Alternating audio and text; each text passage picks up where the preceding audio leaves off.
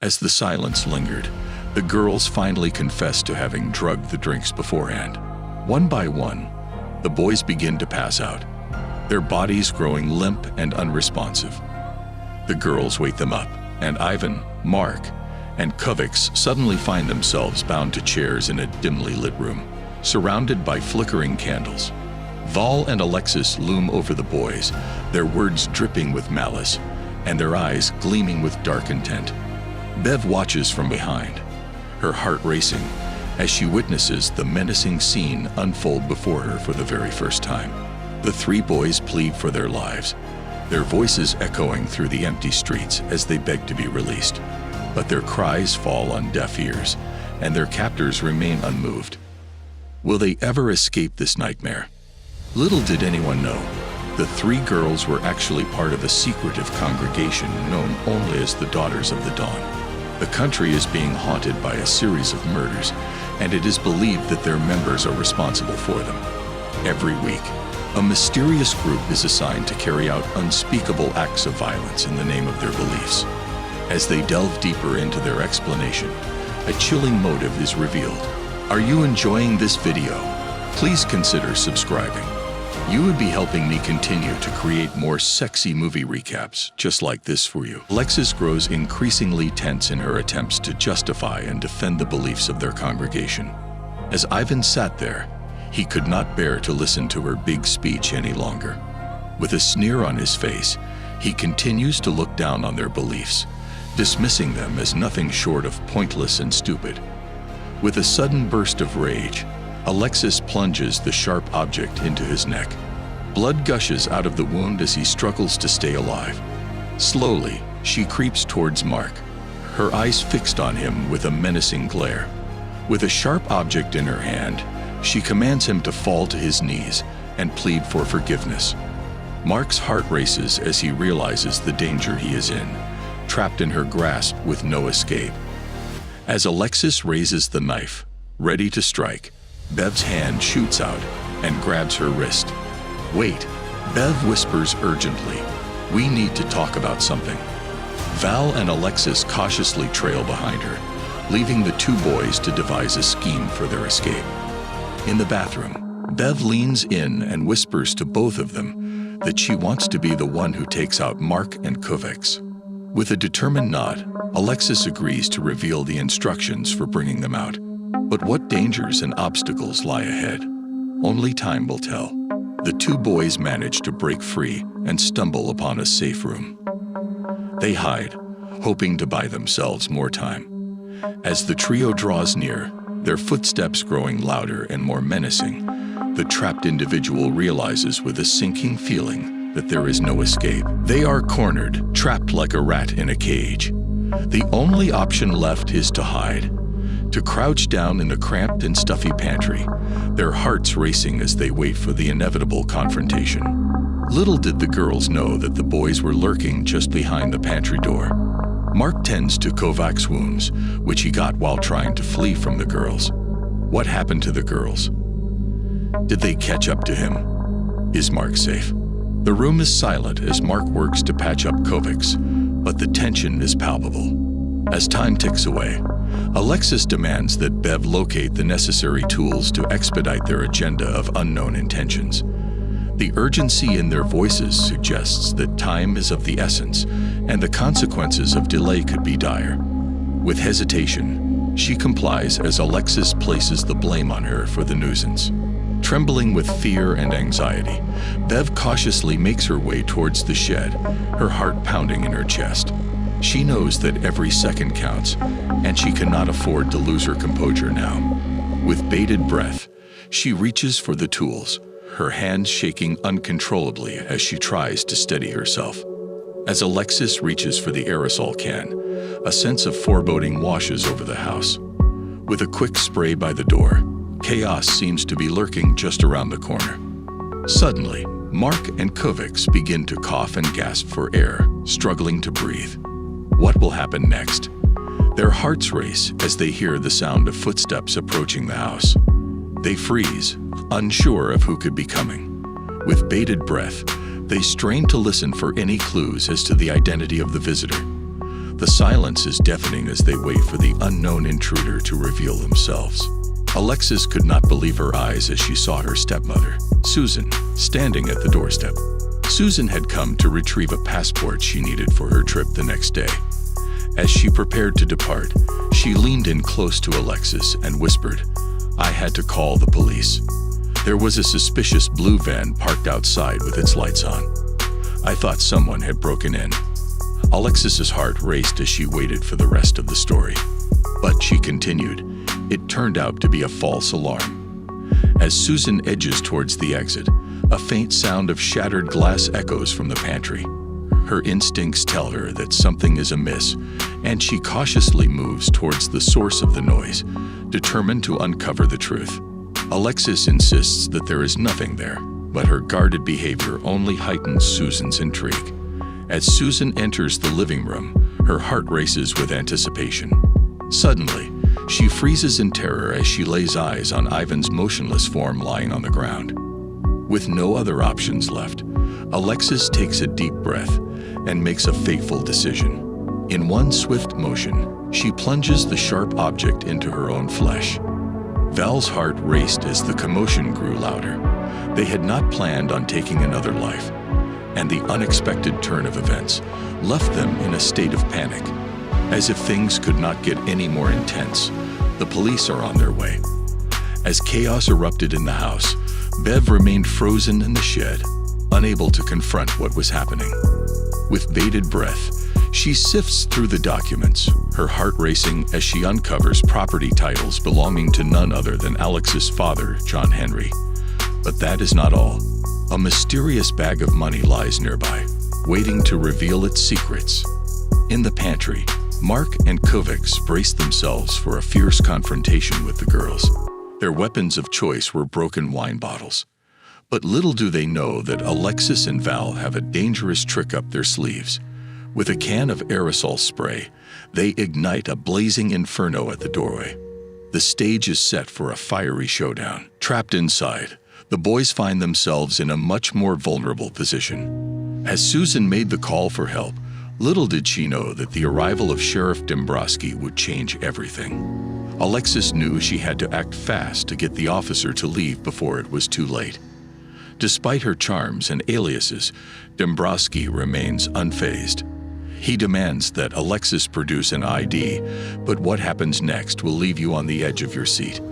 Alexis makes a break for it, leaving Dombrowski to wonder, what is she hiding? As he chases her into the house, his heart races with anticipation of what he might find. Suddenly, he stumbles upon a chilling sight, satanic symbols etched into the walls and floor. But that is not all.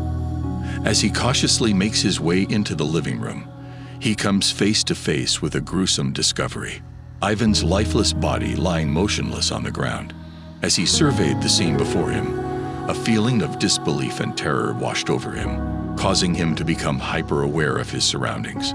As he cautiously approached the pantry, he could not shake the feeling that something was off. The noises he heard were faint, but they were definitely there. With each step, his heart pounded faster and faster until he finally reached the door. Slowly, he opened it, and what he saw made his blood run cold. There, lying on the ground, were Kovacs and Mark, both injured and barely conscious. Mark's plea for help was barely audible, but it was enough to send shivers down his spine. With a look of disbelief, Dombrowski slowly reaches for his handcuffs, his eyes fixed on them. Little did he know that Val was silently creeping up behind him. With lightning-fast reflexes, Val snatched his weapon and aimed it at him. A deafening shot echoed through the room as he fell lifeless to the ground. The two boys were forced to retreat back into the pantry, their fate uncertain. As soon as Alexis discovers Val's dark secret, her heart races with fear. She lunges towards Val to take the gun away, but Val resists. The two women engage in a violent struggle, their bodies thrashing and twisting in a desperate fight for control. Just as the tension reaches its peak and the weapon is about to change hands, a sudden figure emerges from the shadows. Bev materializes out of nowhere, wielding an electric trolling motor with a menacing glint in her eye. Her friends freeze in fear as they realize they are at her mercy. With a sly smile, she announces that she will release the boys. Are you enjoying this video? Please consider subscribing.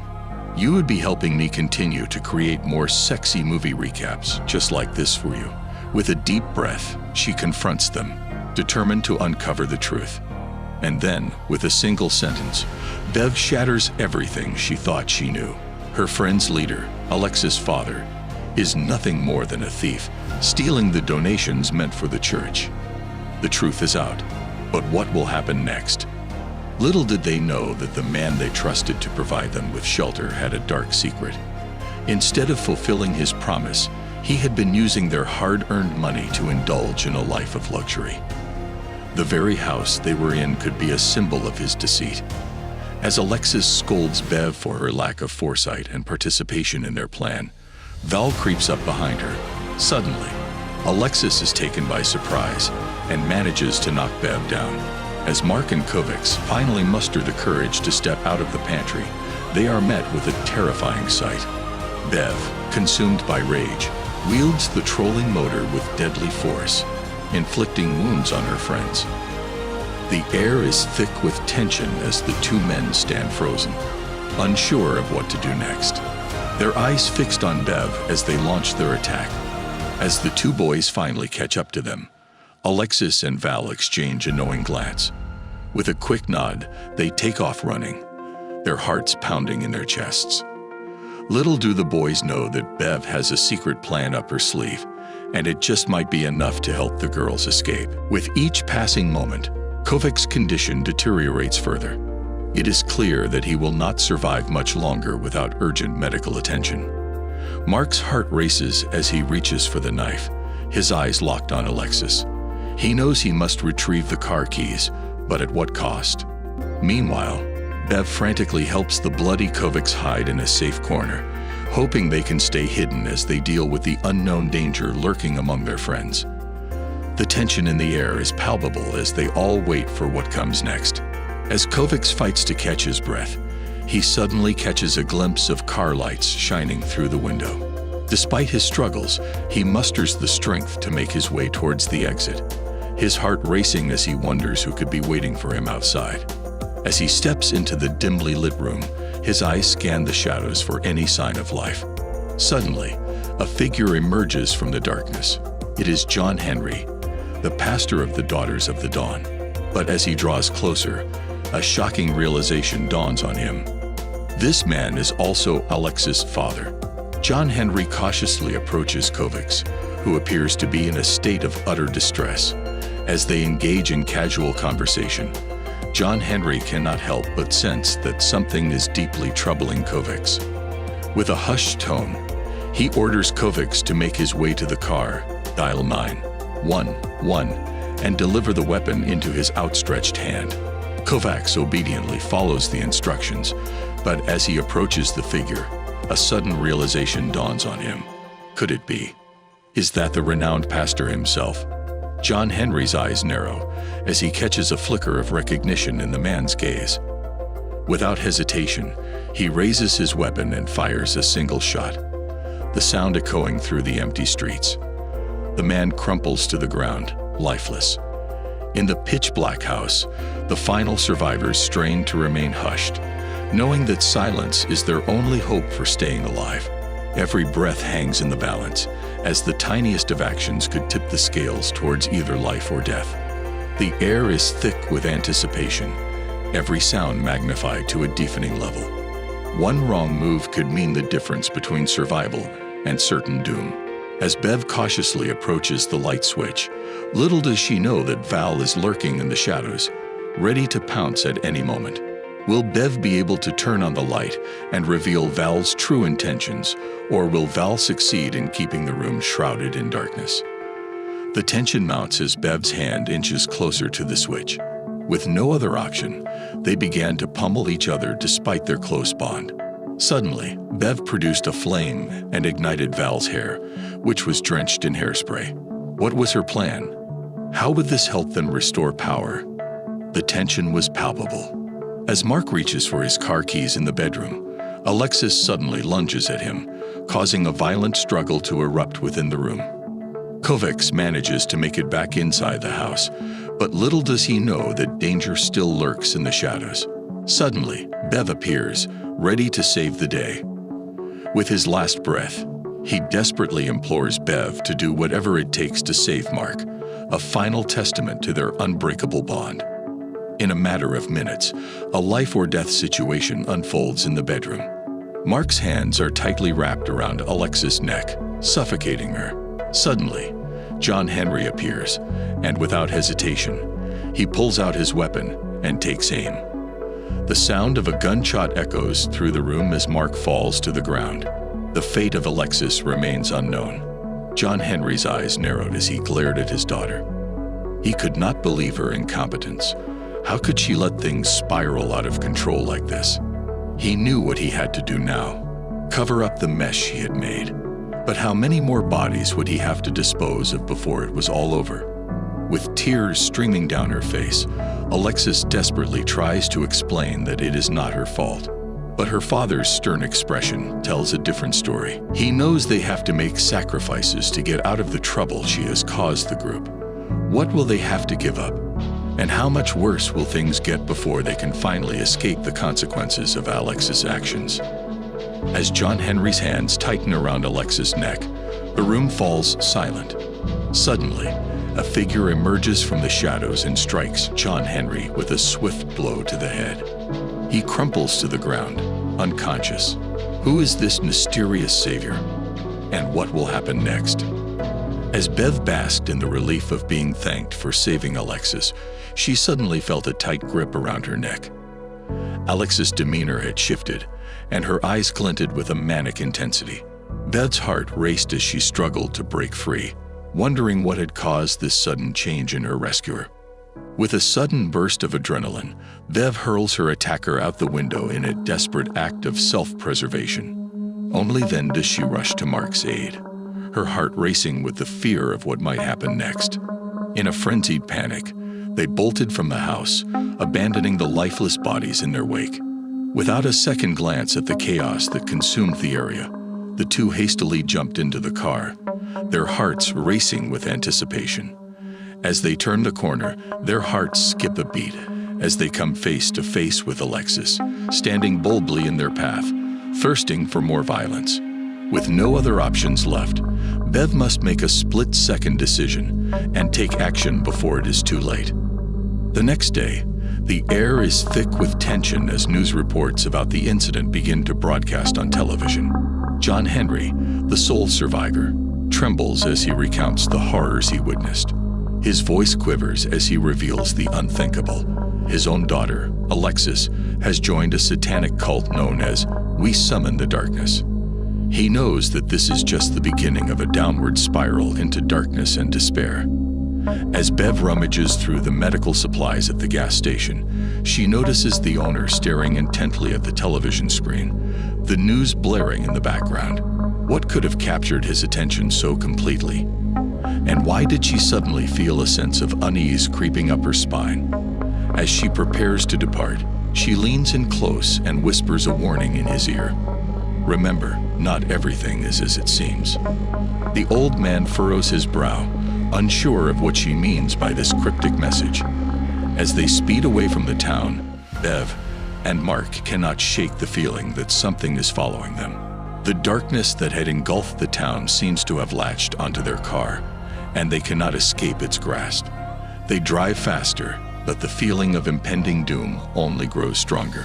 What will happen to them? Did you enjoy the video? Please consider subscribing. You would be helping me continue to create more sexy movie recaps just like this for you. Now click this video to enjoy another daily sexy movie recap. You won't want to miss out on its shocking and satisfying ending.